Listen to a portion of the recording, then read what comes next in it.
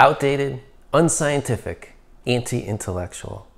That's a consistent theme in surveys that ask young adults why they've abandoned their Christian faith. Modern science, they say, makes the Christian worldview look like a relic from the past, like some kind of unenlightened, archaic mythology. Modern science, they say, makes Christians look like naive simpletons who have to base their faith on a blind leap, on some kind of irrational emotional experience, an intuition that defies reason, the I believe because I know Jesus in my heart kind of a thing. Modern science, they say, makes it impossible for an intelligent, scientifically minded person to believe in Christianity. G.K. Chesterton, C.S. Lewis, and J.R.R. Tolkien are three of modern Great Britain's top literary geniuses. Chesterton, who is affectionately known as the Prince of Paradox, was one of the greatest writers of the 20th century. Lewis, who was a brilliant scholar of ancient literature, was also a prolific writer himself, probably best known for his Chronicles of Narnia series. Tolkien, of course, is the author of the wildly popular Lord of the Rings. Whatever else people want to say about these three figures, there's no doubt that Chesterton, Lewis, and Tolkien are towering intellectuals. And yet, each one of them, all three of them, were devout Christians. All three of them wrote about their faith and about how their faith influenced their work. In fact, Lewis and Chesterton wrote extensively about their faith, numerous books about the rationality they found behind the Christian faith. And many people throughout the world only know them for this. They don't know them for their literary acuity, literary works. Francis Collins is one of the top scientists of our day. He's the director of the National Institute for Health, and he served as the head of the Human Genome Project, where he is renowned for his cutting-edge work on DNA.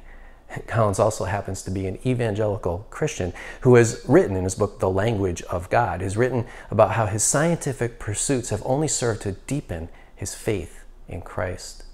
Michael Guillen is a theoretical physicist who has taught at Harvard.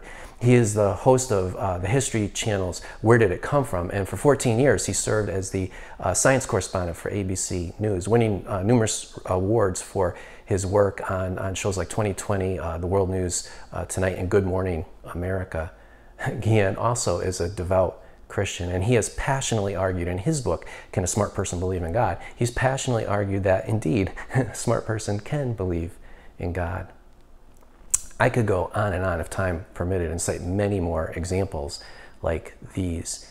But it's clear, it's obvious from these few examples, this small sampling, that some of the world's leading intellectuals and scientists are believers in Christ. They actually believe in Christ. And they believe in him not despite their intellectual and scientific pursuits, but because of them. They find the Christian worldview aligning most fully with these pursuits.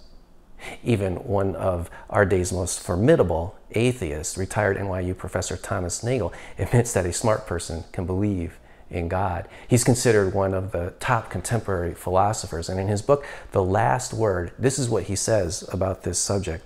He says, I want atheism to be true, and am made uneasy by the fact that some of the most intelligent and well-informed people I know are religious believers. Let me be clear.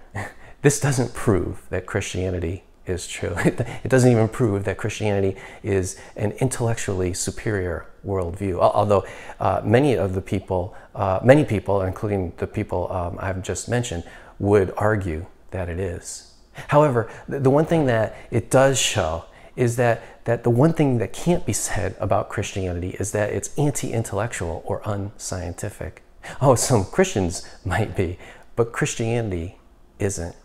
It's not like science and Christian faith in Christ, or intelligence and faith in Christ are completely incompatible. It's not like unbelievers have science and reason on their side and are somehow more intelligent and enlightened. Christianity has just as much science and reason behind it, if not more so. So, do you think Christianity, Christian faith is outdated? Why or why not? You can go to the Contact EJ page of the Raising Jesus website and let me know what you think. I would love to hear from you. Also, if you haven't done it yet, please like our Facebook page and subscribe to our YouTube channel. It's meant so much, all the continued support that all of you have given me. Thank you.